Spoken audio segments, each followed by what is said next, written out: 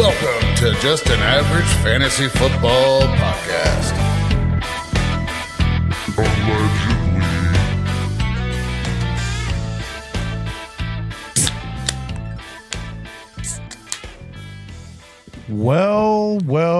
Welcome into Just an Average Fantasy Football Podcast. I'm your host, Daniel Hayes, with Matt Baker. That's me.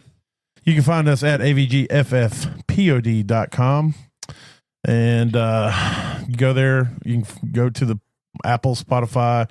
There's buttons you can click. They'll take you to our Podbeam page, which also has other options on there as well for other podcast providers. You can also listen on the website itself by clicking that. You can go to check us out on YouTube. We don't have video of our sexiness on there because YouTube is like, whoa. That's way too much. Yeah, back that down just a little bit. You're on the wrong. Yeah, we're going to have to platform. go 18 plus if you guys are going to look that good. So we're like, we didn't want to do all that. So it's just our dorsal, not docile, dorsal fin, dorsal tones. But anyway, yeah, you can listen on YouTube, and you can find us on Facebook as well. So go give us a shout.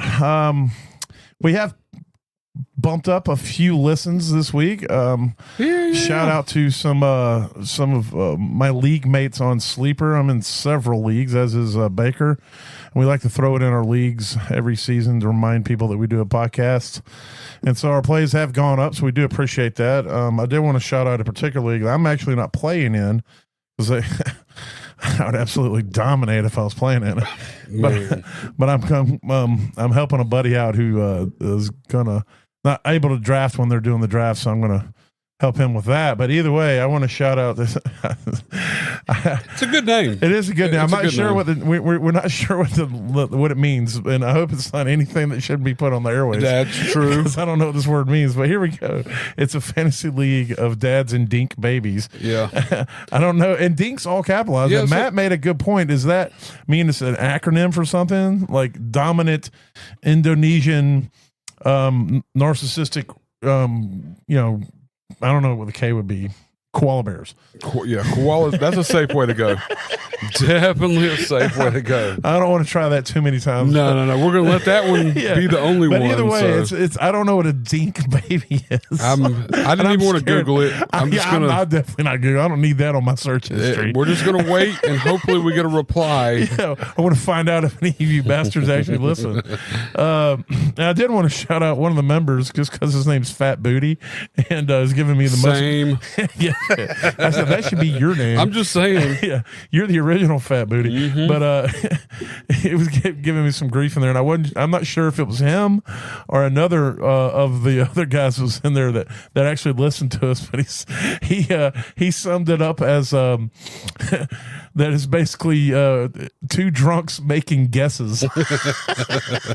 So, there's a lot of truth to that. Look, you don't hear us arguing. That's all I'm saying. No.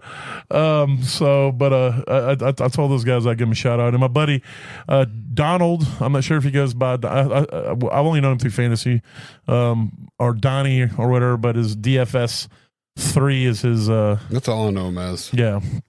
I see you out there. Yeah, he still owes us a beer of the week. He has yet to produce. Get on that. Yeah, but so shout out to you guys. I do appreciate that. And for any of the new listeners, I do want to shout out my buddy Bent Royce. You can find him on Apple Music. So his music is the intro and the outro. His real name is Benton Pittman, but he goes by Bent Royce on Apple and Spotify. Has some really good music. The opening song is off of his I guess you call it a debut album. I don't know, but it's his first album he has on there. It's called Blood, Tears, and Fears, I believe is the name of it. But anyway, it's an awesome album. It's one of my favorite. And then the outro is a single that he released in the last couple of years. It's awesome. I think he's got a new song getting ready to drop in the next few weeks or months or whatever. So yeah, go check him out. He's awesome. He puts up some really good music. And he was nice enough to let us use his music in our podcast, so it helped us, so we don't have to worry about any copyright with anybody else, unless he gets big time and decides to sue us. Yeah, that's what he's set up for. When we get big, that's right. Not when then he'll sue us. We got to get big time. That's right. And when we get big, then he'll get big. I think we're safe. Yeah, we'll probably be okay. I mean, we'll be all right. Yeah. But and then the voice that you hear in the opening when it says "Welcome to Just an Average NFL Podcast," that's our buddy Jack, who has a great voice because he smokes like 4 packs of cigarettes a day. Yeah, so Mr. Jonathan Wingo. Yes, yeah, we call him Jack. I still don't know why his name's Jack when his name's John. But it has nothing to do with any part of his name, but Jack is what his name is. So. But Matt always hopes he shows up on a horse and needs help off of it. I mean. I'm only here to help. That's. I'm just going to leave it at that. That joke has immature layers. Yes. All right, so there it is. So let's hit some news off the cuff.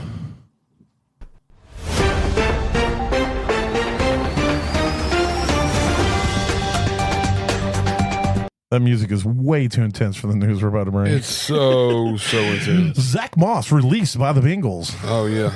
And not soon enough, if you ask me. Yeah, I we were talking about this before. I think it's a great, I think it's good for Chase Brown. Yes, and I think it's good for Taj Brooks. I want to say he's a 4th round or 5th round rookie.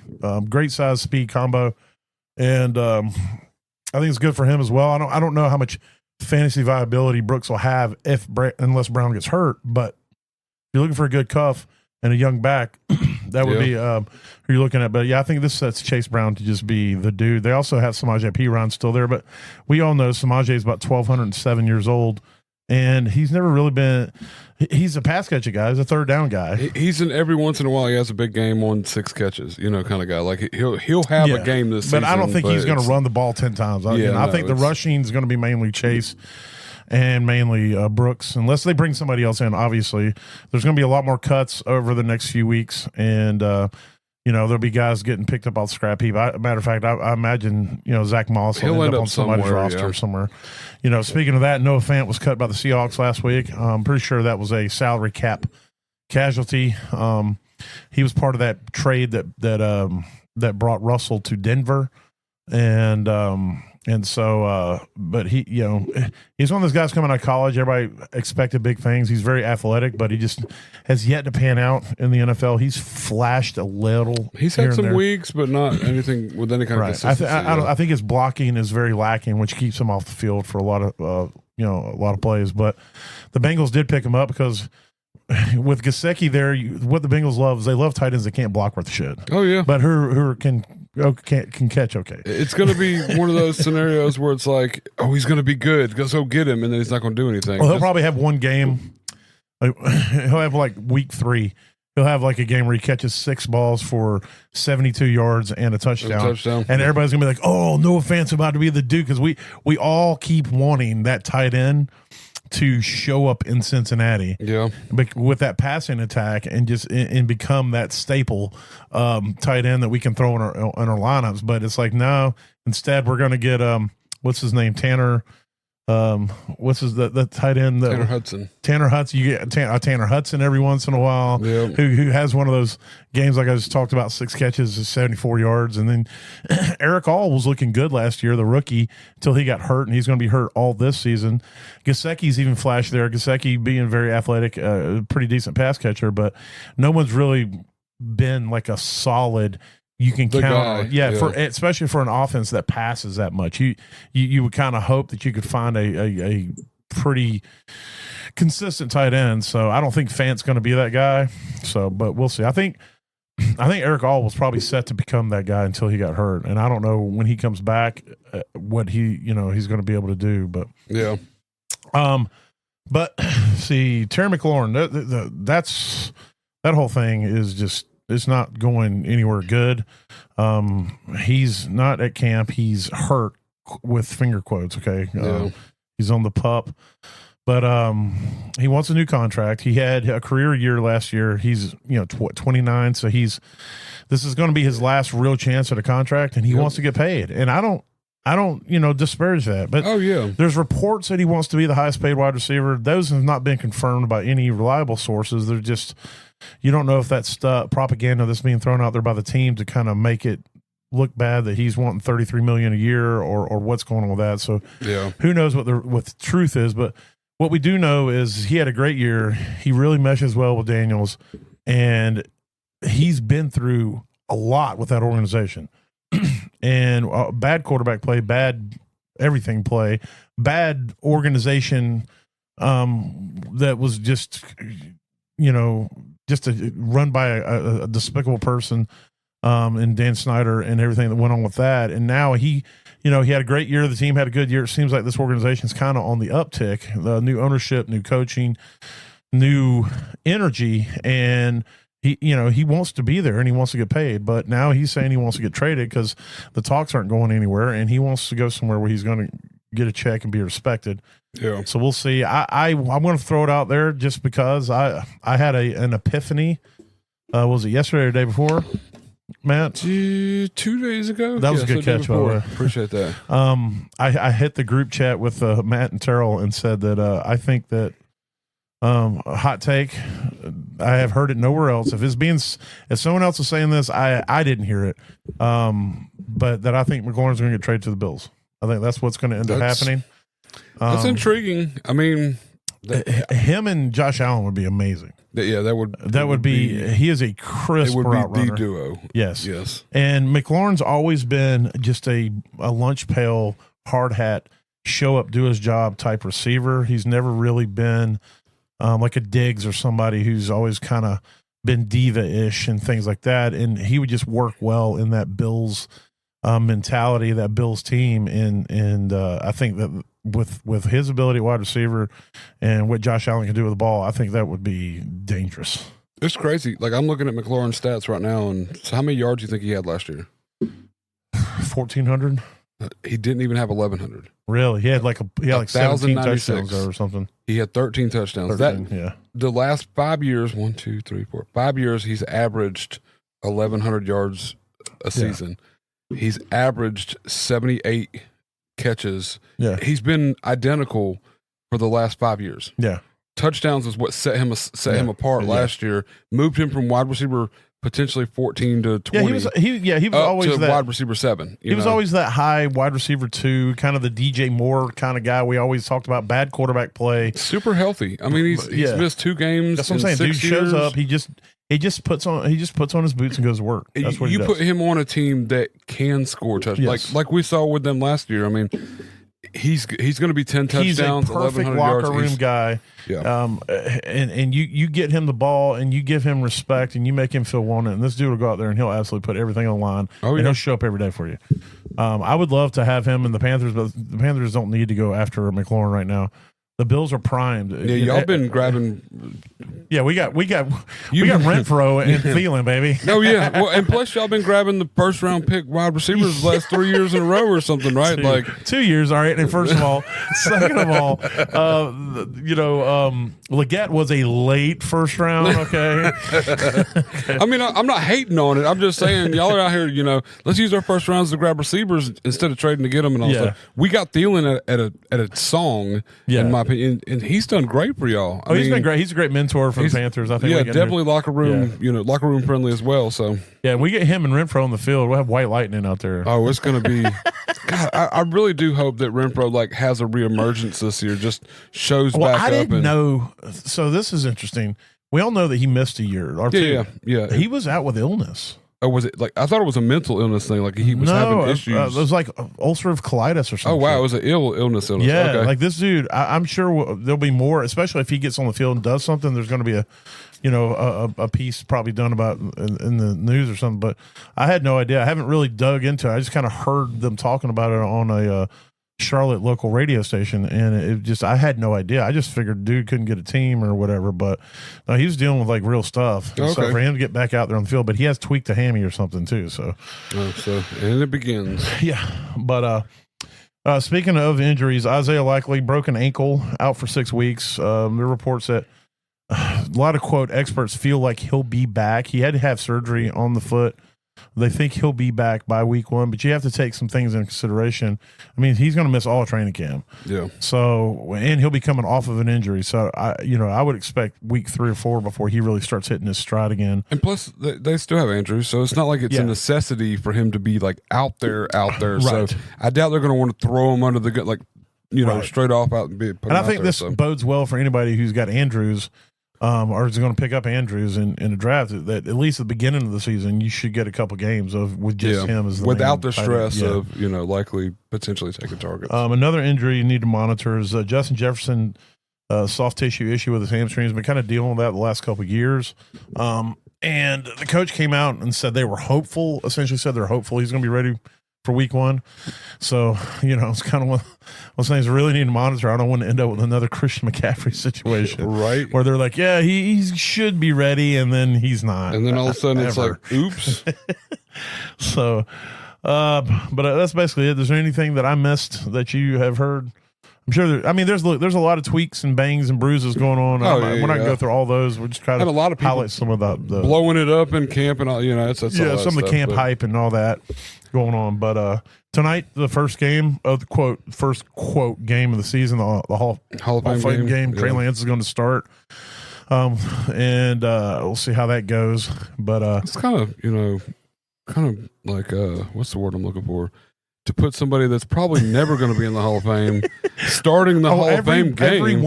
I wouldn't say every one of them. Some of the rookies might, but most of the people that are going to be playing on that field tonight are not going to use like thinking this is the closest they're ever going to get to the Hall of Fame. It's crazy to call so that's their legacy now. It's like I played the Hall of Fame game. Yeah. Well, I think it's just kind of a promotional thing. Plus, they play it.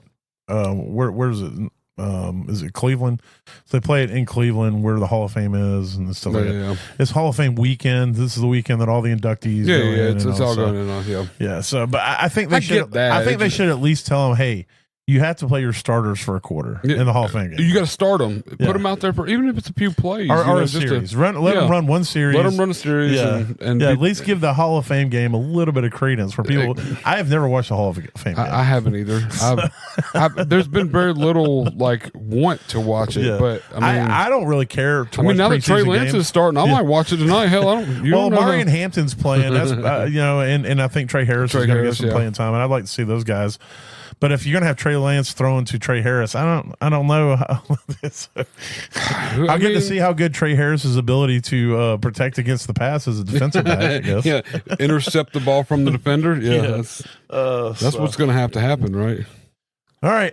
Well, we're going to be breaking down a stellar division tonight. Oh, man. Super stoked. Super stoked. Let's roll into breaking down the AFC South.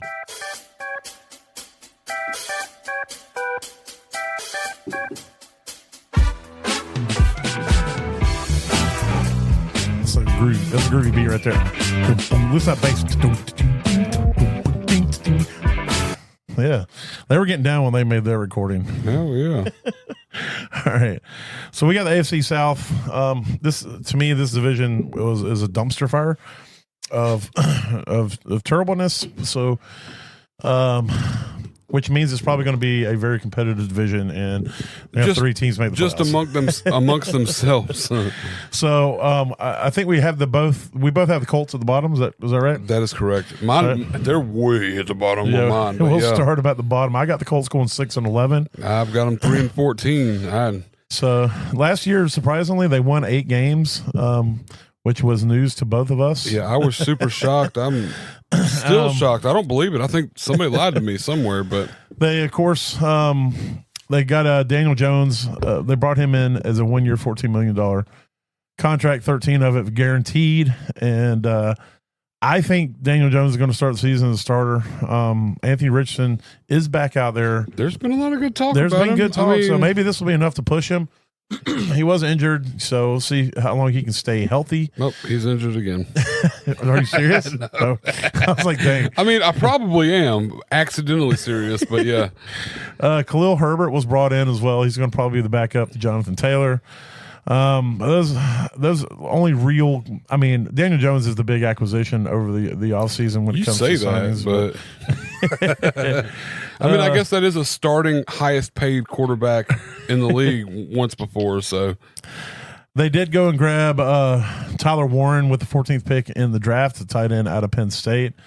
And then they grabbed a quarterback late they grabbed DJ Giddings in the 5th out of Kansas State, a very productive running back, but he's a smaller back. I expect him to be more of a pass-catching role.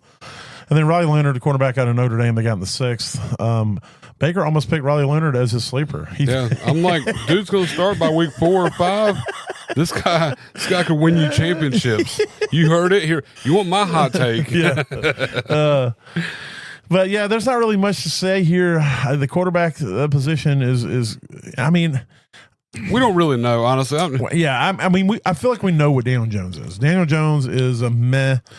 But he's also put up some QB1 numbers in the past. Yeah, with his ability to run the ball and stuff like that. But he's in the right system, yes. So, like, I don't want to take away and say that this guy's not going to get you any fantasy points, but as an NFL quarterback, this guy's not good. No. So it's like he'll do okay for you in fantasy if he becomes a full-time starter, because he does have the ability to run the ball. If he doesn't trip over his own feet. Well, I say he also gets the tackle if you're in an IDP league. He'll get his own tackle. And let him fumble. Does he get the strip fumble if he fumbles the ball when he tackles himself? That would be gold. Let that roll in for a touchdown. Man, how would you score that? He hasn't really done a lot in the last couple seasons. Been dealing with injuries when he was with the Giants. He had the playoff run, what was it, 2023, I believe, 2023, somewhere around there. Where he was okay that year, and then he's just digressed a lot over the last couple seasons. So, having said all that, I do think he's a better passer than Richardson, but Richardson's young and he's raw and he has very limited playing experience when he came into the league, and so. You know, he has definitely more growth potential than I think Daniel Jones' growth is pretty much done.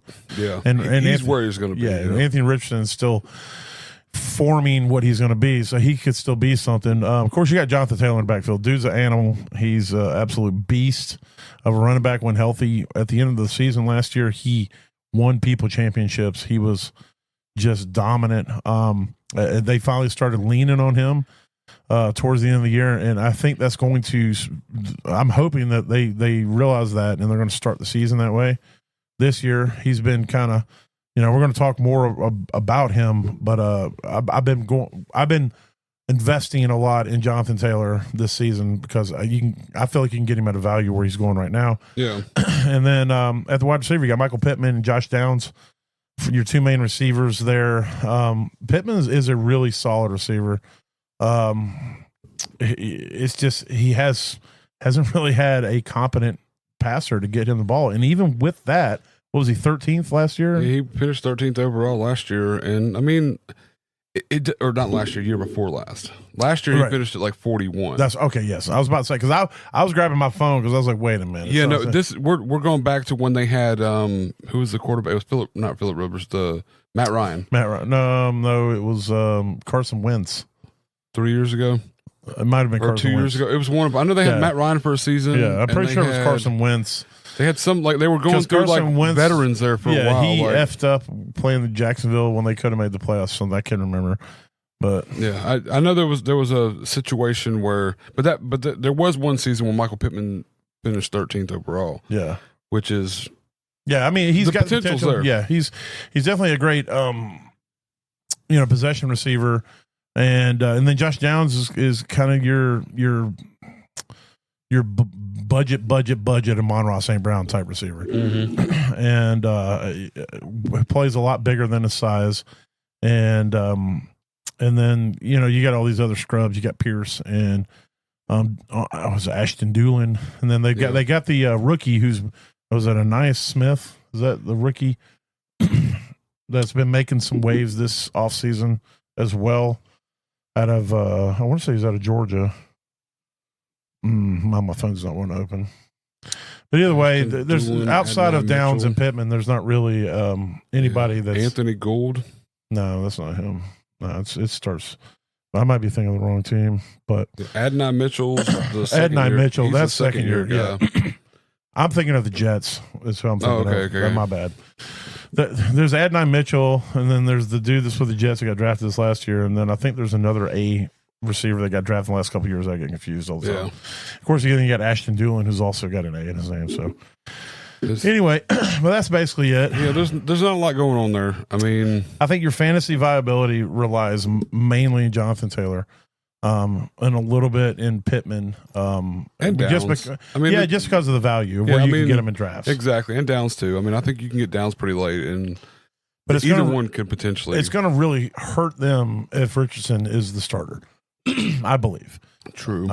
If Daniel Jones is the starter, I think it obviously is a better fantasy option to get Pittman than if Richardson's there. So. Yeah.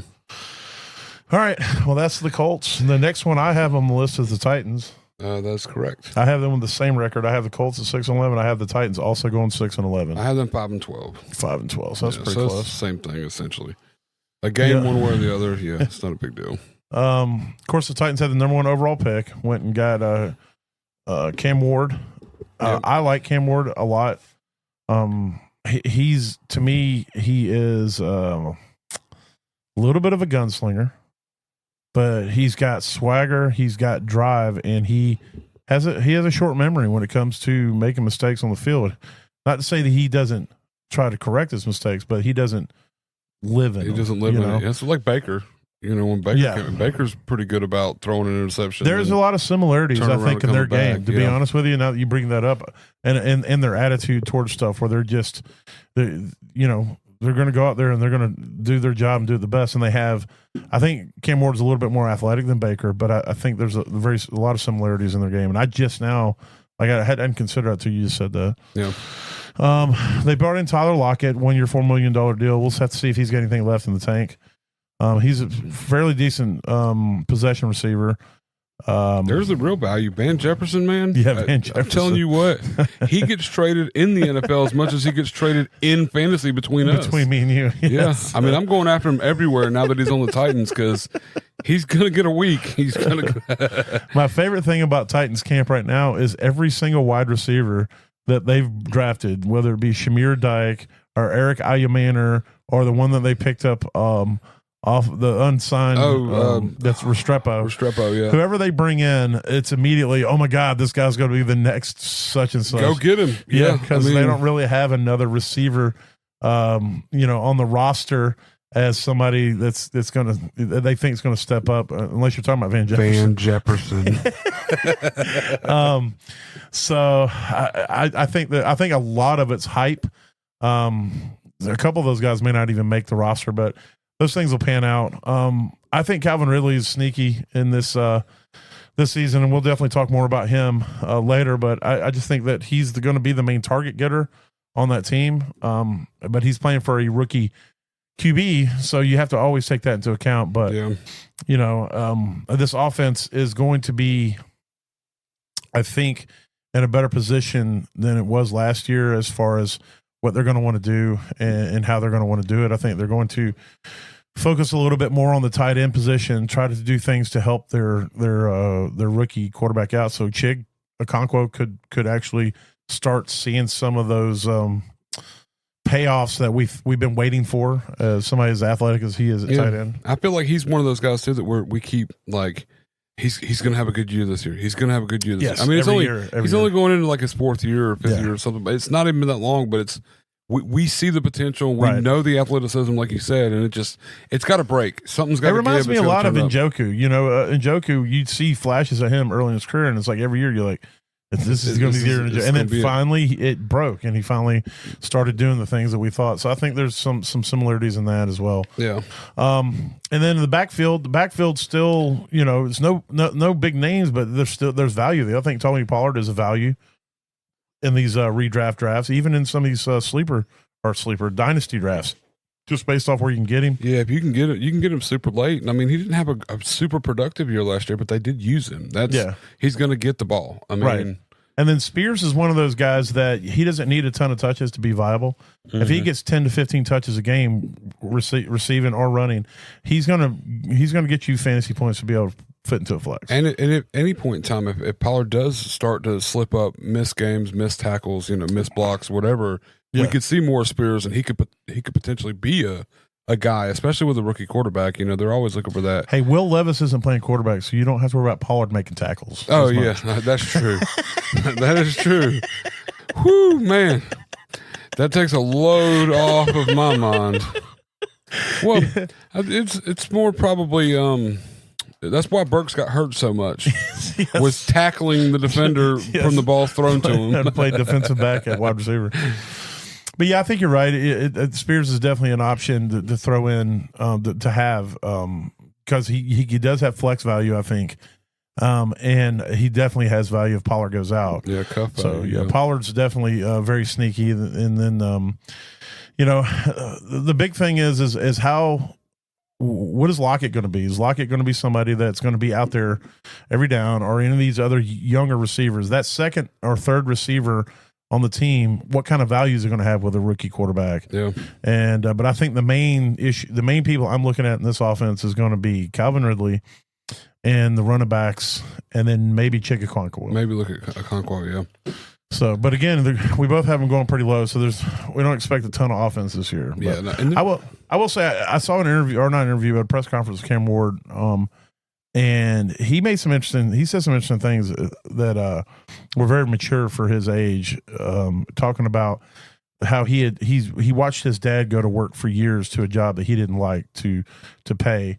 And work hard, get up every morning, go to work, and do that to put a roof over the head and to pay the bills. And he said he's basically saying, if I can't get up and come to a job that I want to do and enjoy it and put in the same level or more effort and work, he goes, then he said, then I don't need to be here. And he goes, and that goes for anybody that does this. Yeah. He said, we're all blessed to be here to do this thing, to get paid this kind of money, to do something we all enjoy. And basically just making the correlation of so many people out there who are working dead end jobs to make ends meet and to do the best they can. And if they can't see the fact they're blessed, they're doing a job they want to do, and they can't bust their ass doing it. And it's refreshing to see a young athlete be that straight. It gives you a hope that this guy's head's in the right place, where it needs to be to go out there and do it. Because I'm not throwing any shade at anybody, because I was an idiot when I was young. And if I was an idiot with millions of dollars playing a sport where I had cameras in my face all the time, there's no telling what level of idiot I would have became. But there are so many of these athletes who come out and it's all about the limelight and the partying and the girls. And, you think of Johnny Manziel and the things that he went down. And it's just refreshing to see a young man come out and say those things. And it made me want to invest in him more as a fan and as a fantasy manager, just as a fan, even though I could really give two shits about the Titans as a whole. I do cheer for players of other teams just because of how they portray themselves, how they carry themselves. Yeah, no, it makes it easier to watch football when you know that they're out there, or at least they portray themselves out there, right, enjoying what they're doing, and playing the game properly. Yeah, for every Ben Roethlisberger, I wish there were 10 Cam Wards. Because it's like every time I'd watch Ben Roethlisberger out there, I was hoping that he would get hit by a dump truck. Yeah. But if I watch Cam Ward, I want to see him throw 6 touchdowns every game. I'm looking now, noticing they did a lot of work to that O-line. Yes, I mean, they got a couple decent names up there too. I didn't realize came over. So yeah, they like Dan Moore Jr. Dan that Moore was that was a big contract that they did as for bring him in at tackle. Yeah, so there's a good chance I could have undervalued these guys. I mean, they spent a lot of money in the defense too. So yeah. Their defense wasn't horrible. No, it was okay. Last year. It was pretty decent. So their rush defense was if I'm not mistaken, it was like the weakest. I was trying to remember if it was their weakest or their best. It was one of those, you either wanted to play running backs against the Titans or you didn't. Yeah. It's one thing I can't remember, but either their passing defense was garbage and their run defense was good, or it was vice versa. But maybe this is, but based off of what I see them signing, maybe the rush defense was asked. Yeah. They went and got a lot of linebackers and defensive linemen. Yeah. and all the lines, all the signing at O-line there, I mean, I know a couple of the names, but I mean, I just feel like that's more than what they had out there for Levis. No wonder he ate the whole banana peel and all. Yeah, he's getting destroyed out there. He needs all the nutrients he can get. Oh God. Anywho, yeah, that's why he's already on the IR all season. Just saying. Yeah, good point. All right. Who knows? Really. Next on the list is the Jaguars. I got the Jaguars going 7-10. Ooh, I got them 6-11. So. Okay, so we're right there. Yeah, that's not bad. They picked up Diami Brown, which was interesting. Just not that they got Diami Brown, is that they paid him 1 year, $10 million. That's the Jaguars, man. Yeah. I don't ever doubt anything they do, man. It's like, I mean, $10 million in the great scheme of wide receivers isn't a ton of money, but Diami Brown I don't think he's done anything to rate $10 million. Well, he can stack $10 million tall, and he won't be able to see over it. That dude's little. Wow. Okay. Wow. We're just being a sizes now. Is that what we're done? I mean, I don't know. Terrell was huge on big on Diami Brown coming out of college and was hoping. Well, he was explosive out of UNC. Yeah. You know, he's a back or a receiver that did a lot in college, and we thought was going to. He was kind of, because of his size, where he's kind of that that shifty kind of wide receiver that you give the ball in space and they can make some guys miss. Yeah. Kick returner type dudes, and it's kind of cool. Like I said, the Jags don't ever surprise me with anything anymore when it comes in the wide receiver room. I mean, they go find these guys and then they pay them and then they make them wide receiver ones. He's going to get 11,000 targets. Brian Thomas Jr. I think is their wide receiver one, and then they went and drafted Travis Hunter. Yeah, no doubt. They traded up to get the number 2 pick, and by all reports, Travis Hunter is going to be a wide receiver that sometimes plays corner. Yeah, which is good for fantasy. We were worried he was going to be a corner that sometimes plays a wide receiver. So we'll see how that plays out. Then they got Bashal Tutin, who's been flashing a little bit in camp. I think right now he's dealing with a minor injury. And then they got LaQuint Allen in the last round, who, I don't know. It's funny, these running backs. I think more than any other position, just because you have it more often with running backs that show up that were either late round draft picks or undrafted guys than just about any other position. You have people who latch on to these guys. Yeah. LaQuint Allen's got this sector of people who are just like, this dude is going to be amazing because they watched him in college and then they think that's immediately going to transpose over to the NFL. And maybe it does. He's been making a little bit of noise in camp. So it should be like the James Robinson, club, curse. Yes. Club. There needs to be not a curse or like that, but just where it's it could be a club. Could you imagine the people that were that's what we need to do. We need to add that to the fuckies. Yeah, we'll have the James Robinson award. Yeah, it needs to be just that guy that nobody really looked at except 10 people. Yeah, there's 10 people in the world. But he has one good season and never hear from him again. Don't ever hear from him again. Who was the other back that was with Denver? Philip Lindsay. Yeah, it should actually be the Philip Lindsay award. We could probably just go back years and years and find each one for because there's got to be at least one or two here or there that are this guy's either unsigned or a 7th or 6th round draft pick nobody heard of, and then all of a sudden he blows up for a year, has 10 games. That's all it really requires. Yeah, right towards the end of the season, and then the next season they draft a running back in the 2nd round, and you never hear from that guy again. Yeah, Philip Lindsay worked his ass off that season. He finished over 1,000 yards. He just killed it. Yes, and then they're like, you know what? Fuck this guy. We're going to get somebody else, and then not even play him. Yeah, and then he went. I think he went to the Texans for a little while, but Texans, or I think he went to the Colts too. Maybe he kind of went around here and there, but he never got his shot again. James Robinson hurts the most. Yeah, that dude was actually really he good. was undrafted. Yeah, I think. And then, so was Lindsay, I'm pretty sure. And then just had a huge year, and then it started out maybe, and then the injury, that ACL or. Yeah, that's right. At the beginning of the next year, he got hurt. He had an ACL or something like that, I think, or MCL or one of those, and then he didn't really ever come back from that. Yeah. And they didn't bring him back. Well, they didn't. They went and drafted another running back that was higher value or whatever. That's when they grabbed Etienne or or somebody. But you got LaQuint Allen. You got who's the dude? There's a dude right now with Kansas City that fits that mold. Starts with a B. Looks like Brayland or something. Brashard. I don't know. I have to look it up, but look up the Chiefs running backs. It starts with a B. I want to say his last name's Allen, but I'm probably thinking of Braylon Allen. That's what I'm looking. But it's not Braylon two Allen. Words that were you were like it's Braylon or it's Allen. I know something. His first name starts with a B. I do know that, which means it probably starts with the freaking F. His name is probably Isaiah Pacheco. No, but he's also a late round guy. Brashard Smith. Brashard Smith. I told you. I knew it was something close. I was kind of in the ballpark. You were close. Yeah, no. I'm Braylon Allen. Yeah, that's right up the gut, man. I did say Brashard though. I know. I just, but yeah, my favorite thing about fantasy, I think, is these, like, it happens in other positions too. Like we got a guy that me and you have been dealing with in one of our fantasy leagues that has been trying to trade away Restrepo. And we've both told him that, like, we don't want Restrepo, and he's like, this dude's going to be amazing. And it's like, then why are you trying to trade him, bro? Yeah, and he very well could be. I'm not not going after him because of that. But it's not. Yeah, but what you're trying to get in return for Restrepo, Restrepo hasn't earned that value, homie. You can't come to me with a guy who's not been drafted and might not even play and want my first round pick. Or, you know, like you're trying to I want two guys from me that are second round picks. Yeah, exactly.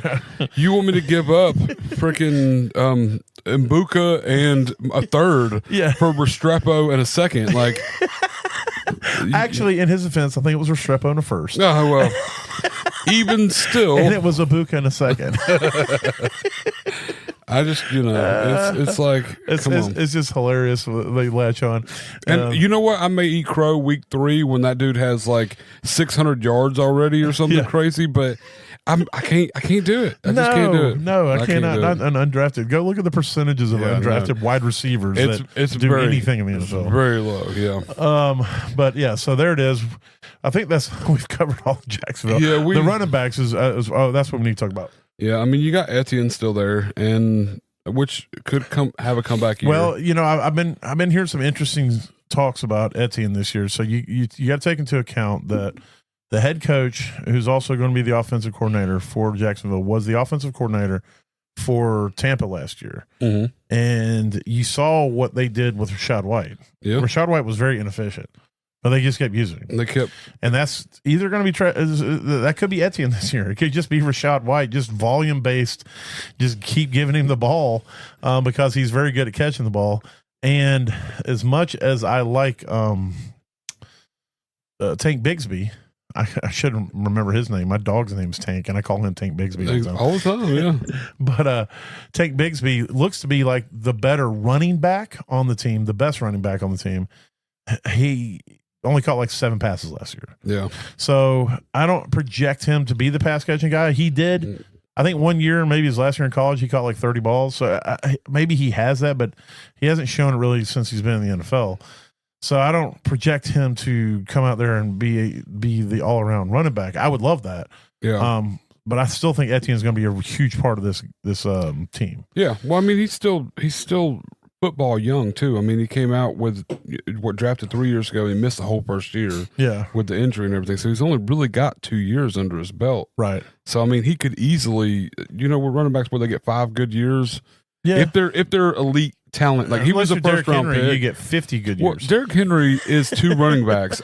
You could take his numbers from high school and his numbers from college, and then his numbers from the NFL, and you could split him into 3 running backs. He is 3 totally different running backs. I did see this thing today where they were showing his NFL rushing yards, and he still hasn't broke his high school rushing yards yet. So he had like 12,000 something rushing yards in high school, but here in the NFL, he's at 11,200, which is, look, if you don't know a lot about football, if you do know a lot about football, that dude is something else. There's not going to be. We're going to be talking about this guy for 40 years. They're going to be bringing this guy up forever. Because he'll still be playing. That's what I'm saying.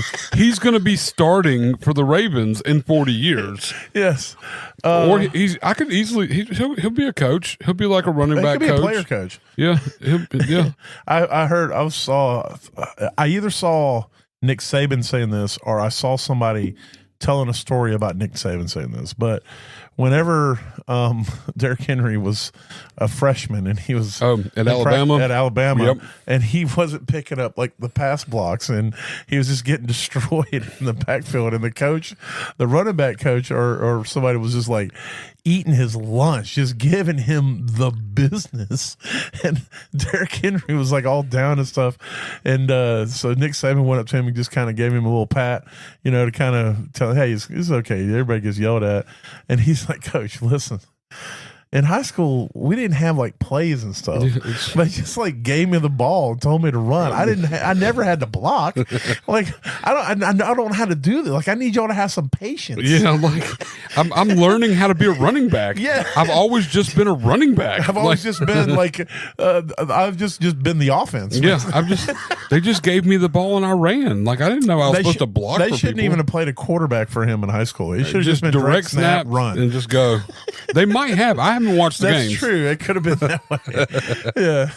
Seven high school titles. The only quarterback in high school history that had 0 passes but had 12,000 rushing yards or something. Yeah. Well, he probably like the last season they did Henry for 3 years, and then the last season they would actually run the quarterback because everybody would just tackle Henry on the sidelines over here, and the quarterback would just walk it in. So anyway, back to the Jaguars. That's where we go on a Derrick Henry love fest. I don't even know how we got there, but it was a trip. We made it though. Bashaw Tutin's interesting to me too. He was one of the highly touted back coming out of college out of Virginia Tech, and if he can stay healthy, he's definitely going to demand touches. So it's kind of a mixed bag in that backfield, and it's really kind of convoluted right now. And hopefully, as the preseason goes on, we get some more definition, clarity how they're going to do that. And like I said, the wide receiver. Brian Thompson Jr. is the dude. He was the 4th overall fantasy wide receiver last season. He was just a beast, and he was playing with Mac Jones a lot of seasons. So, that's true. With Trevor out there, hopefully he knows he's got a top guy. And then we'll have to see what Travis Hunter can be. Travis Hunter was a great receiver, but he's still, as good as he is, he's still raw as a receiver because he had to play both ways in college. And so he didn't get the refinement that you would want. So as good as he is, he still can be better, and especially in his route running and things of that nature. He had, I want to say he had like 4 routes is all he had to run in college because they're not going to like break a route tree down for him. So it was like a post route, a go route, a post route, a 9 route, and like maybe 2 other simple routes. It was basically maybe a drag, but but he's a smart kid. He's obviously a hard worker. I mean, play both sides. There may not be a more hard worker than Travis Hunter. Well, they're going to have to change the stats on Sleeper from like 90% of the game to like 180% of the game if he's going to play both sides of the ball in any way. Yeah, they're going to have to. This guy he goes off a 200% scale. That's what I'm saying. Like this guy could finish a game with like 160% played every game if he's only out there a little bit as corner. You know what I mean? Like this. It could easily upset that whole scale they got going on there. You hear me, Sleeper? Get ready. You have to fix that. Oh, yeah. That's going to be interesting. What they'll do is they'll just have 2 game logs. Yeah. It'll be side by side. And they'll have percentages for each of them for the defense and the offense. We'll add it up ourselves. We got you, Sleeper. I think tight end is where the value really is right now because you can basically get him off waivers. And unless more news comes out, he may start climbing up drafts. But Ben Strange is been running primarily as the ones is by all reports. So they got rid of Ingram, who's now the Joker in Denver, and so Ben Strange, I think he's a 2nd or 3rd year tight end. So we'll see. He's been kind of my late round targets or in redrafts just because I don't put it. If I'm not going to get McBride. Or Kittle or Bowers. If I'm not getting one of those 3, I'm punting tight end to the end. Yeah. And it's been Strange is basically who I've been trying to go after. So hopefully it pays off. I think it will. He had some games where he flashed. I don't think he got the targets necessarily that I feel he should get. But this is going to be a whole new season. Ingram's definitely not going to be there. He was a rookie last year. I'm pretty sure he was a rookie last year. And that makes sense. And he came in cold. And you had Ingram there. He came in cold when Ingram went out with the injury. Yeah. So Ingram missed a few weeks, and that's then you where had Mac Jones and there's a lot of downsides. So I'm not discrediting Benton Strange. I just if you look at his game log, it doesn't look appealing. But if you think about the possibilities, it's very wide open. I think what the decisions the team's making in regards to tight end have helped me put faith in Strange. Yeah. As well. They haven't done anything. Let Ingram walk, and they didn't go out and try to make any deals for Jonnu or any other tight end. Anybody else, So it very well could be, and they didn't even do a whole lot. Yes, they got Travis Hunter, and yes, they got Diamond Brown, but They got Diami Brown. They didn't go out and sign like two nobodies to a bunch of money that might make some waves or whatever. They only signed one this time. So Christian Kirk and Zay Jones. Make sure everybody knows. Listen, first of all, Zay Jones may not have really made it like a great receiver, but no one gets up off the turf like Zay. His ability to stand up off the turf is. I've seen magicians do things, close up magic that wasn't as confusing to me as what Zay Jones is able to do. That's because your mind's messed up. He never hits the turf. He's standing up as he falls. It's the most amazing thing. Him getting up is almost levitation. That's what I'm saying. Like he bounces off there's a finite he has a force layer. Field. He has his own personal force. There's a finite layer above the actual ground that he hits and bounces off of, where other players fall straight to the ground. That's a good point. That's all it is. Yes. If anybody's wondering, just go type into YouTube Zay Jones getting up. Yeah. And you're going to be like, well, how does he do that? Yeah, you're going to want to limit that search, but yes. No, I didn't say go to X videos. All right. Yeah, no. Well, the top team in the division, as any of you have been following along, process of elimination should have led you to the Houston Texans. Yes, I've got them going 10-7, 9-8. Yeah. So right there. Yeah. That just shows we don't think anybody's truly dominant. They did get rid of Bobby Slowick, their offensive coordinator from last season. They did get a different OC in there, so that should bode well for the offense to get back to what they were doing 2 years ago when C.J. Stroud was a rookie. Because last year they were atrocious. Yeah. They went out and got Jaden Higgins in the second round, wide receiver, and then they said, you know what? We liked what Jaden Higgins did at Iowa State so much, we wanted to get Jalen Noel from Iowa State as well. Yeah, we want to get them both in the third round. Let's get them both. Yeah, and so I think Higgins profiles more as an outside receiver. He's a big, tall guy, kind of like Nico Collins on the other side, and then Jalen Noel I think profiles more as that slot. They also signed Christian Kirk.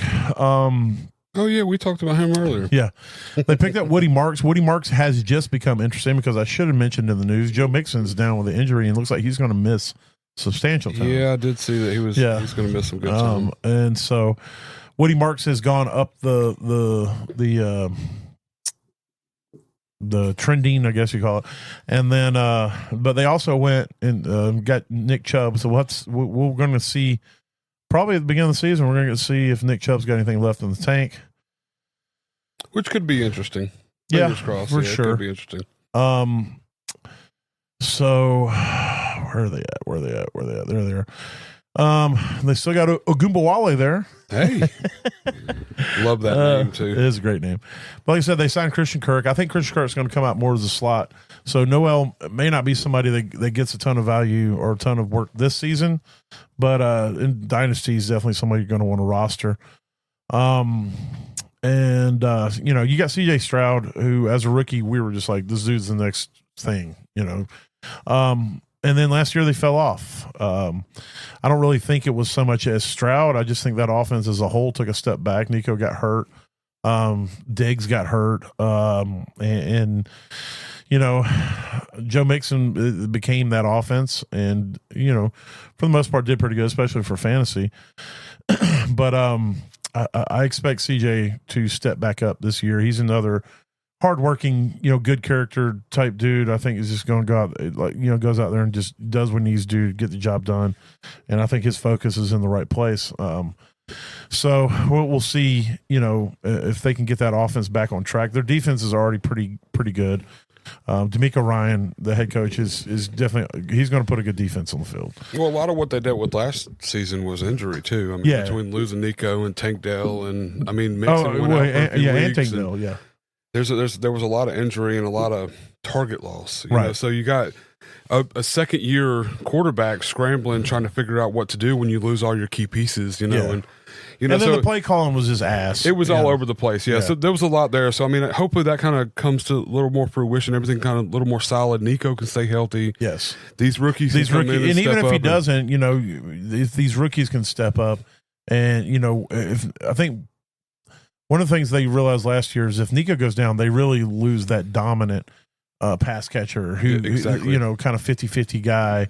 And I think they want Higgins to be that. He profiles as that. So, they're pretty mirror image body size wise. Like, you know, size, speed, everything. So it's going to be interesting how they work that, because I'm big on Higgins. He's somebody I've been looking at even in redrafts. I just think that he, out of this wide receiver draft class, once you get out of the side of Hunter and Tet McMillan, it's kind of a dice roll in the rest of these receivers of how they're going to pan out. You don't really, you know, you don't have the group like you had last year, and so who's going to step up? Somebody's going to hit.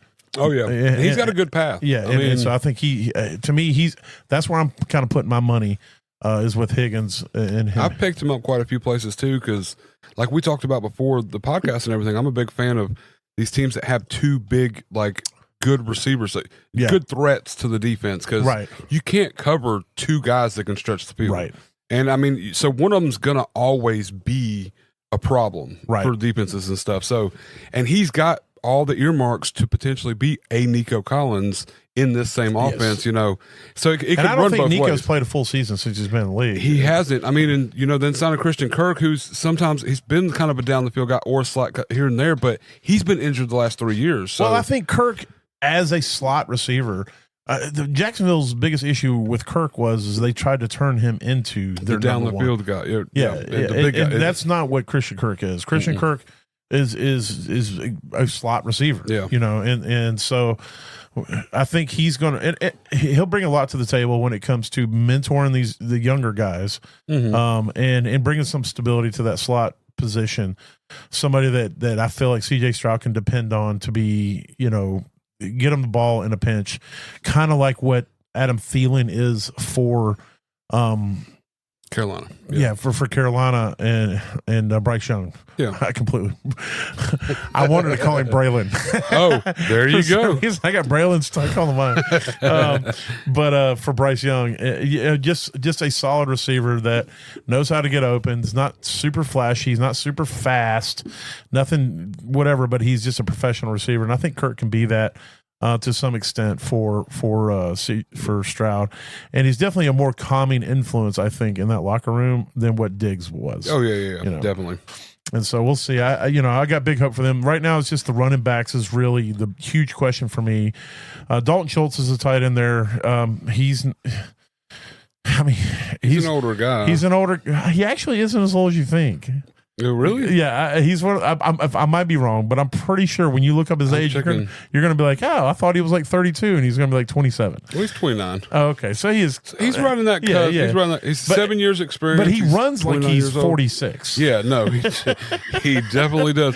But it's 6'5", 242, and 7 years in the NFL. He is 62 years old right now. So. By football years, yes. Yeah, because we got to start. I was thinking about the other day, like as far as our factor goes for football years. Yeah, we need to sit down and write it down. We need to write down our scale, and we got positions are different. Oh yeah, definitely. Yeah. Positions and size. Like if you got like a 5'8", 210, or like Tyler Lockett isn't as football old as somebody who's been a D lineman that's played the same amount of years. Yeah, exactly. Because Tyler Lockett didn't take a lot of hits, you know, but he may be old. So his football years aren't as high. It's got to break down. We got to have like all this. It's going to turn to look. We need. I got Microsoft Excel. Does anybody know how to write an algorithm? I got you. I'll figure it out. I'll write a Mac-gorithm and we'll have it all figured out. Oh, God. I don't know what a Mac-gorithm is. But we don't need Al to figure it out, though, so I can handle it. Who's Al? The guy that wrote Gorithms. I wish. Hold on. I got to have something for this. Yeah, but there's got to be a button for there it is. There it is. Love it. You know what? We're gonna get so much feedback on that joke. It's gonna be great. That's gonna be the one. That's gonna be the joke takes us to the top right there. We'll get 62,000. I don't know who Al is. What are you talking about? Well, the guy who wrote Gorithms. I'm sorry. I love stupid shit like that though. But yeah, Tennessee's going to take. The Titans are going to win this. Tennessee or the Texans, not Tennessee. Tennessee's going to lose this division. The Texans are going to take this division, and like I said, with a 9-8. Yeah, 10 even 10-7 is still a low record to win a division with. But yeah. All right. Well, from there we're going to hit this. We're going to try to hit this as quick as we possibly can. We'll do our smash, pass, and sleepers. So go ahead and kick off whichever one you want to hit first, there, Matt. Smash, Michael Pittman Jr. Where's he going right now? Right now, he's going off at wide receiver 50, 125 overall. He's an absolute smash. Last year was his worst year, and he finished 41. And I don't care if he's got Daniel Jones or... And he had a broke back or something like that. He had, quotation, air quotes, broke back. I feel like it was more of a, I don't want to play with this guy. Well, it wasn't on a mountain. But hey.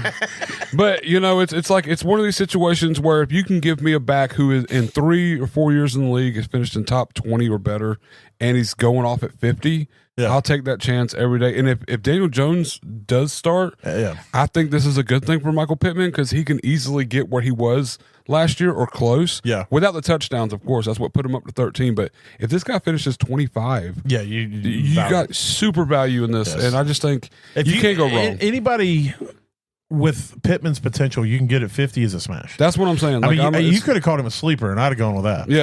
But I don't. You said the name Michael Pittman Jr. I don't feel sleeper in my mind. Like, you know what I mean? No, I get that. But I will say, like right now, it's a smash value. If you can grab him at 50, you grab him at 50. If you can grab him at 35, I still think you're in a good boat. Absolutely, to get bonus. If you want to make sure you get him, I'd get him around sooner. That's what I'm saying. And you definitely got him. You don't have to worry about it. And I'd put him in a flex every week. I wouldn't even feel bad as long as there's no injury.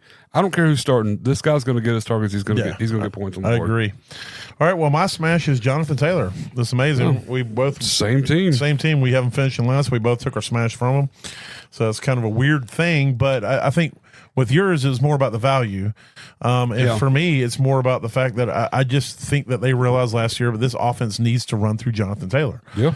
And as long as he's healthy, he's going to be the most dominant player on the field. He's an elite running back who needs to get elite touches, in my opinion. Correct. He's currently going off at RB10, 19th overall. He could finish as a top 5 running back. Hell, he has the talent to finish as the RB1. I just don't know if they have the offense to get him to RB1. But he has the talent to be that. But McCaffrey was able to do that in shitty Panthers offenses for years. And so if they include Jonathan Taylor in the pass game, if they can convince Richardson to dump the ball off or throw it to the running back, the moon is the sky's the limit. Well, or the moon, or the stars, even if you or a galaxy. If this guy played the only season he's played all 17 weeks, he finished as RB1. Mm-hmm. So I mean, if you take that into consideration, he finishes RB9 in 14 weeks. Yeah. So I mean, you take that into consideration. That was last year. Yeah, last year on a shitty offense. Yeah. To finish RB9 in 14 weeks, I mean, you're not gonna find a player that's going to be able to do that. That's.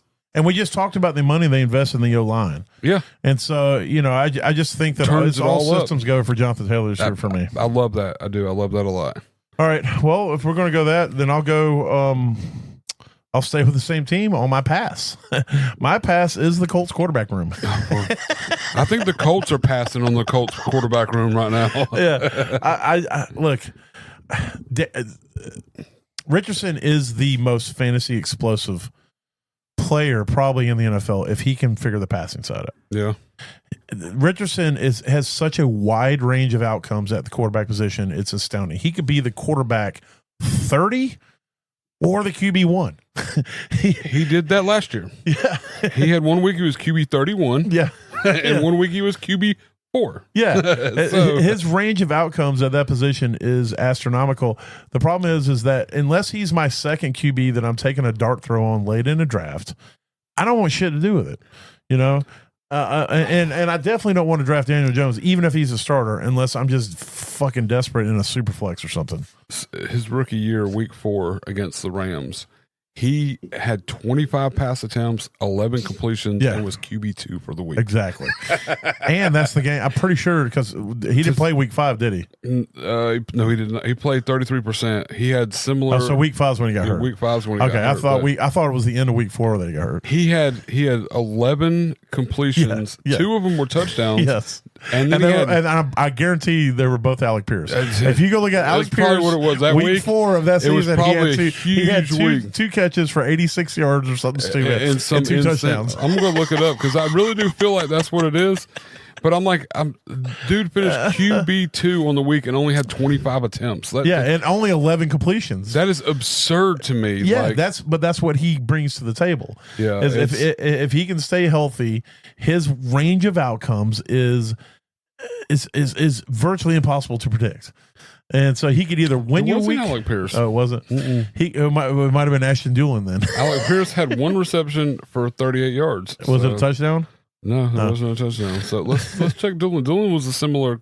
Yeah, he's a downfield guy down too. the field guy. So, but and so I don't want anything to do with those range outcomes. And then I know what Daniel Jones is. It's very insane to put any kind of trust in either one of those in a fantasy aspect. Yes, and so yeah, I'm avoiding, as of right now, I'm avoiding that backfield. Now, if we get towards the end of training camp and it's all like Richardson's amazing, he's our starter, we should have never benched him and all that, I might change my tune just because of his potential.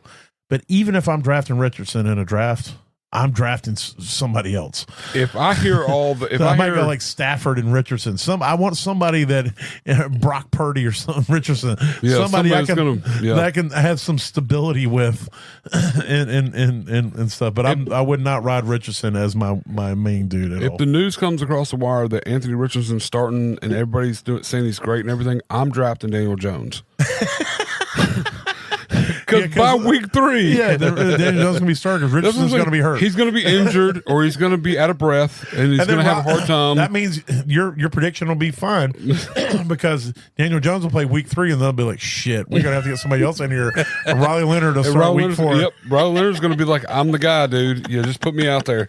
And that's where they're going to get all their wins. We're going to both be like, damn, we didn't think the Colts were going to get this many wins. And they're going to have like 6. Yeah. All right. Well, who are you passing on? I am passing on Nico Collins, and I don't know. I've been saying it for ages and ages and ages, and I just think there's a lot of hype without a lot of. He does well. He's a great receiver. I'm not taking anything from him as far as that's concerned. Well, you are taking from him. Well, I just don't feel that he's shown me a lot to say he's a top 12 wide receiver with any consistency in the league. We'll put it that way. Okay. And right now he's going off the board at wide receiver 7. And I could tell you there's at least 5 other wide receivers I would take over him personally. This is a guy who's 26 years old. He's been in the league for 4 years. He's not finished a full season. He's not played a full season yet this season. The highest he's finished in a half PPR is wide receiver 9. It took him 15 games. And on that record, he played 15 games. On that path, had he played the additional 2 games, he'd been wide receiver 3, I'm sure. And he's only had 100 targets one season. That was the season. And I don't feel that. And now you're going into they just drafted a rookie who is nearly mirror image as far as like size and ability, and I'm sure skill's going to take a little while to catch up. Here's the only caveat. I don't disagree with you. I love Nico Collins. Yeah, but I'm not spending that price for Nico. So I'm with you in that respect. That's the thing. But Nico Collins is what you're like. If he plays 17 games, it's the moon. Oh yeah, no doubt. Because he only played 12 games last season. He finishes 22nd overall wide receiver. He only had 68 catches, but he had 1,006 yards and 7 touchdowns. He still had 1,000 yards. Had he played 17 games, he would have been. That's top what I'm 5. saying. If this guy would have had one full season under his belt, like yes, if he played 17 games one time, from that respect, it would be like this guy's a shoe-in. He just needs to get his feet, get under it and all that stuff. But I mean, we don't get younger as we get older, and he hasn't. I gotta write that down. Another Baker quote. We don't get younger as we get older. That's it. What was it you said about your eyesight? I was telling you that I've never been to the eye doctor, and you're like, hey, when you get old, your eyes also get old. Exactly. It's one of those things, Logic, you don't get younger once you get older. Logic has to take over.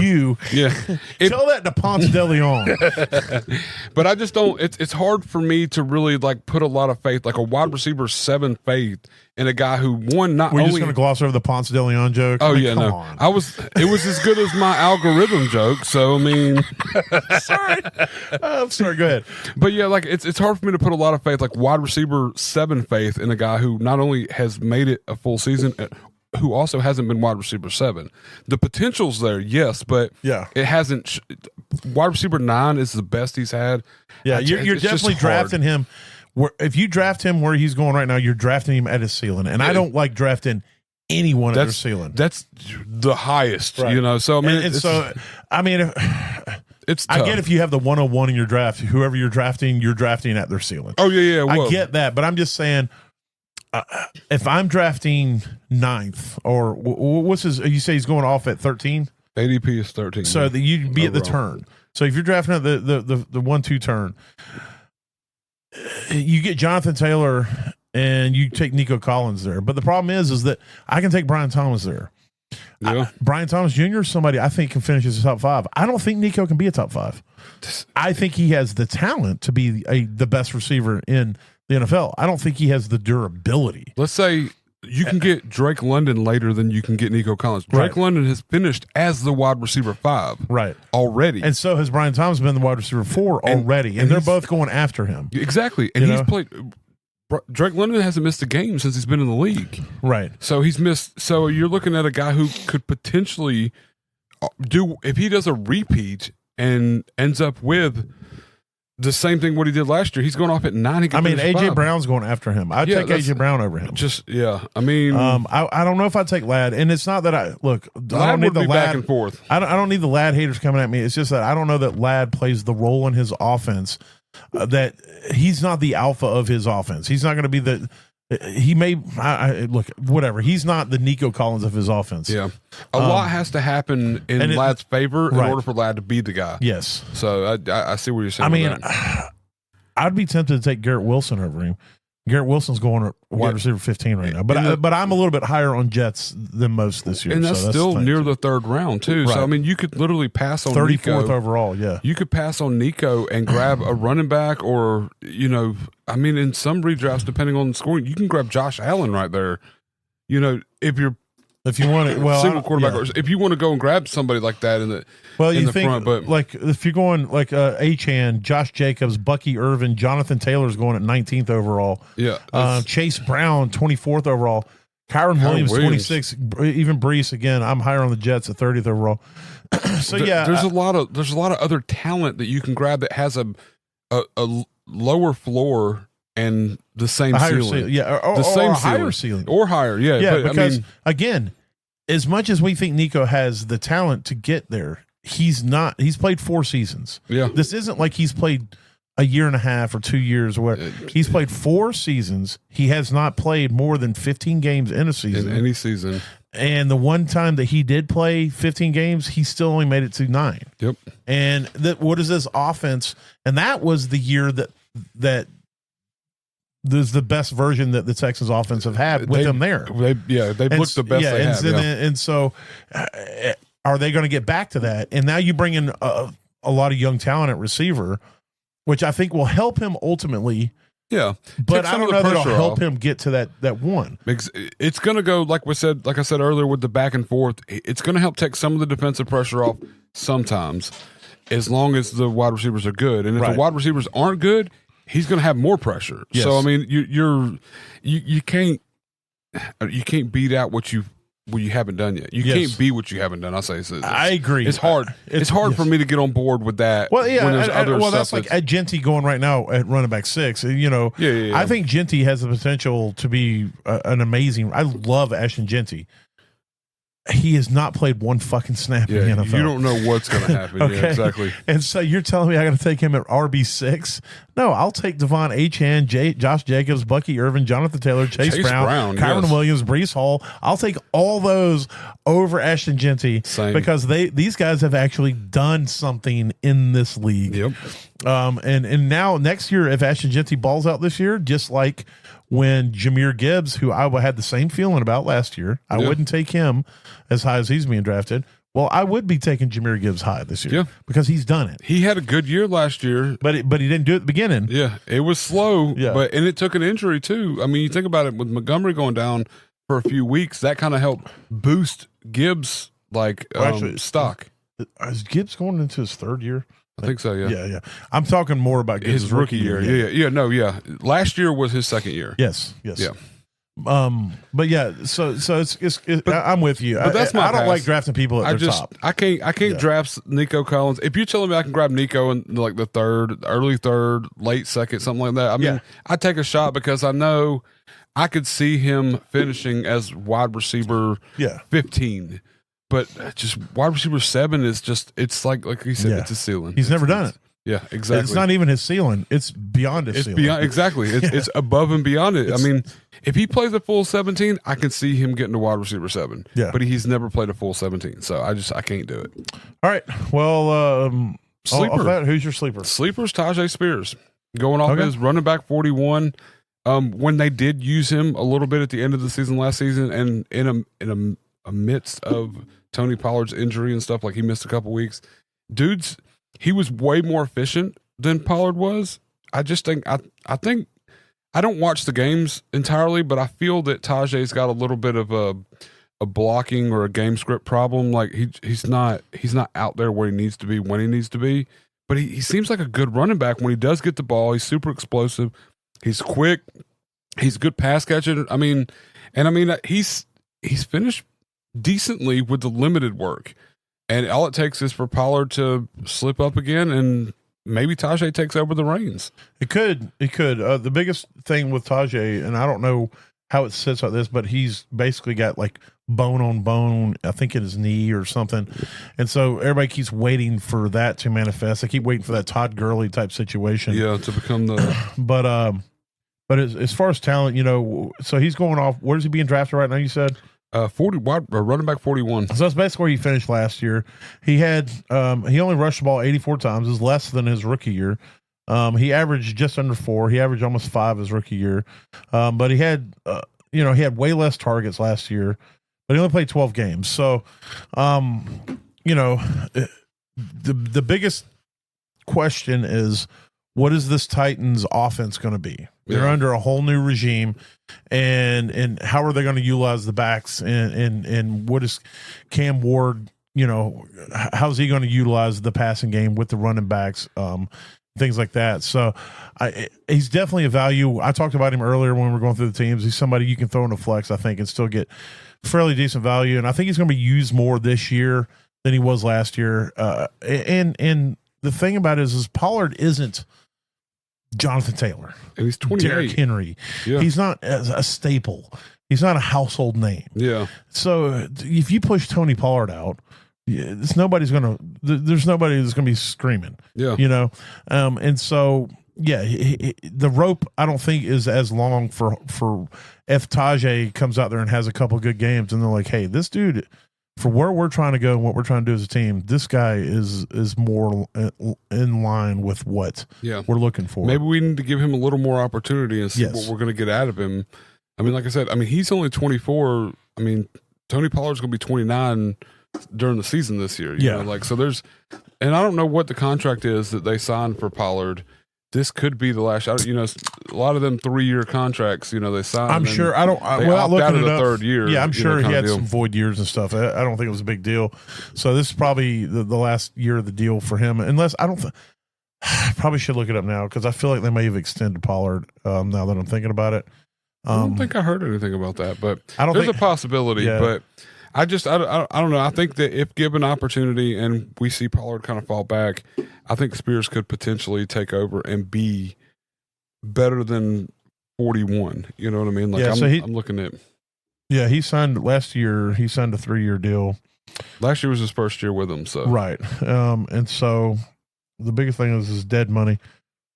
Like they could cut him this year and it wouldn't kill him. It wouldn't hurt him, yeah. Yeah. So which I don't think they're going to. I think he plays. No, this they can't cut him. They would have had to cut him pre-June 1st. Okay. So next year they can cut him, and his dead cap would be $7 million. They can save 1.5 if they cut him next year. Yeah. So, and if they see what they got in Spears, or if they decide to go, out, they're still in a partial rebuild. They went and got a there's still a lot going on there. But Tajay Spears, but I will say one thing about the Titans: if Cam Ward turns into like an elite rookie quarterback, like a Bo Nix, or CJ Stroud, Jaden Daniels, yeah. If he turns into like that type, this is a team that has pieces that could take. I'm not saying like playoffs, but they could definitely surprise us in this division.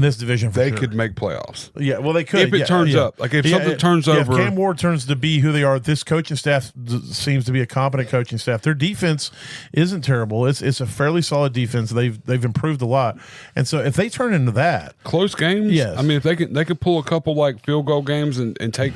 I could see them getting 9 as long as Ward's a competent. Yeah, I got them at 6, but if they won 9, that's what I'm saying. If they won 9 or 10, I wouldn't be surprised. That's what I'm saying. It wouldn't take that much in this division to be up there with the you look Texans, at last year with Washington. Washington going into last year were like, got a rookie quarterback, like maybe 6 or 7 wins. Yeah. And then they went to the playoffs. Exactly. So it's just one of those things where same thing with the Broncos. Depending on how we were both how really competent low on the both quarterback teams. play is. So. Yep.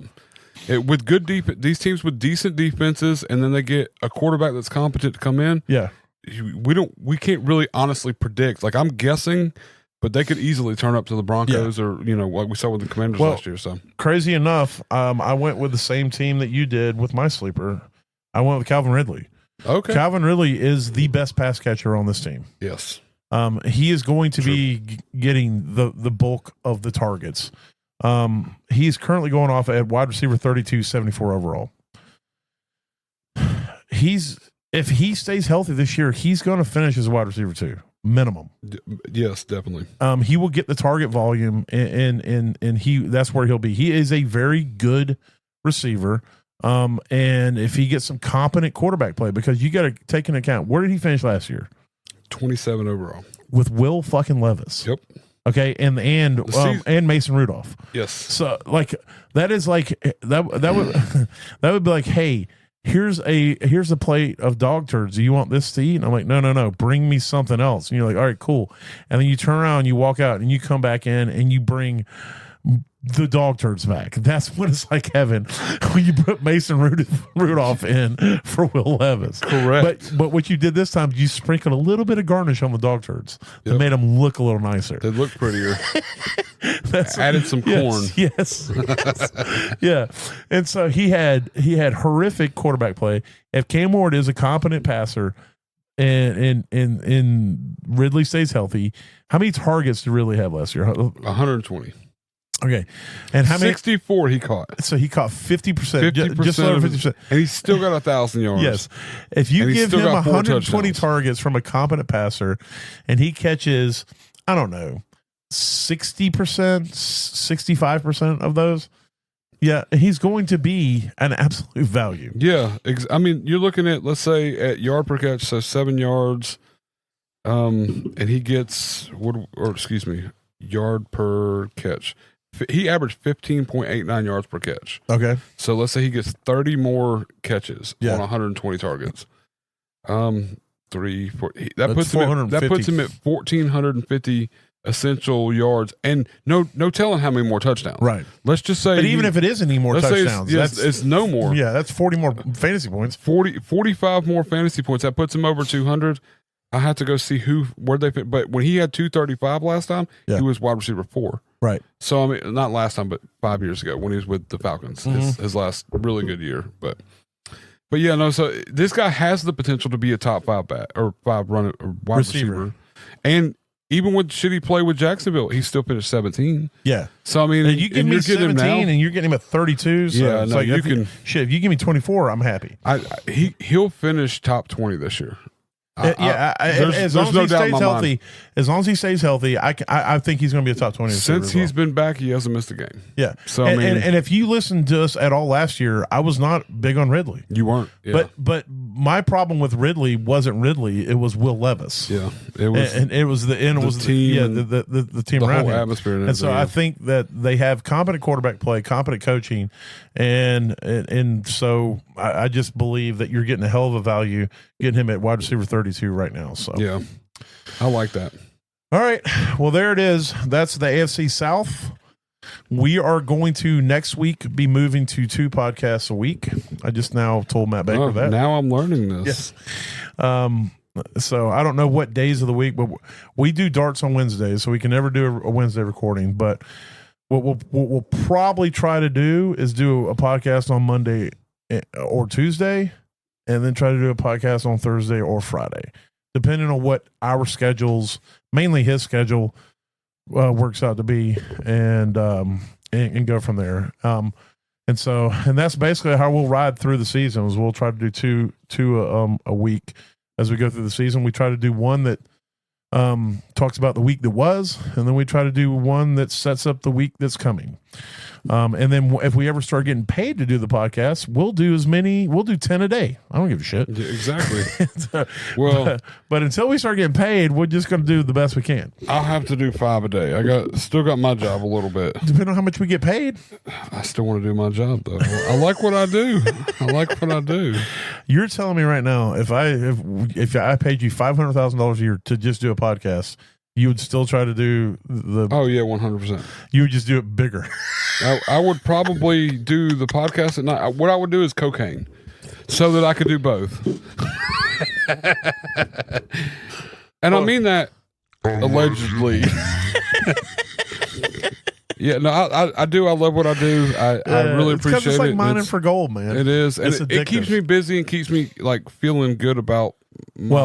Well, then you can be part of 5 a day. I'll do 5 by myself a day, and I'll do 10 because I would be just happy to sit here and do podcasts. Well, if you give me $500,000 a year, what I'll do is I'll buy a Bluetooth headset, and I could unload units and sort units while I just spit off I don't do. What about storage units? It'll be it'll be the same context you're getting right now, but with heavier breathing. A lot heavier breathing. And a lot more. What'd you say? Hold on a second. I got a customer. Yeah, give me a second. I got a customer. And then you just have to spit some random shit. We can handle it. Yeah, we got it. All right. So if anybody wants to pay us $500,000 a year to do this podcast, we are available. Oh, I just thought about it. Is that $500,000 each or like? Yeah, absolutely. Okay. Okay. I was beginning to get worried. I was like, 250 is definitely not enough. Selling a short. All right. Well, on that note, if anything we say or do helps you get to that average place in your leagues, that means we did our jobs. Because if you finish average, Matt, you don't lose. Yeah, you don't finish last. No, you still lose. You might lose, but you don't really lose. You lose almost as many as you win. That's average. That's just average. I'm fine with that. So if anything we say or do helps you get to that average place in your leagues, you don't finish last. Oh, I was doing the whole spiel again, wasn't I? No, yeah. I was gonna carry it on, but I know we need to end this. So you get stuck in some weird time loop. Yep, Groundhog's Day, right? All right, so y'all be good out there, and we'll talk to you next week. Later. Holla.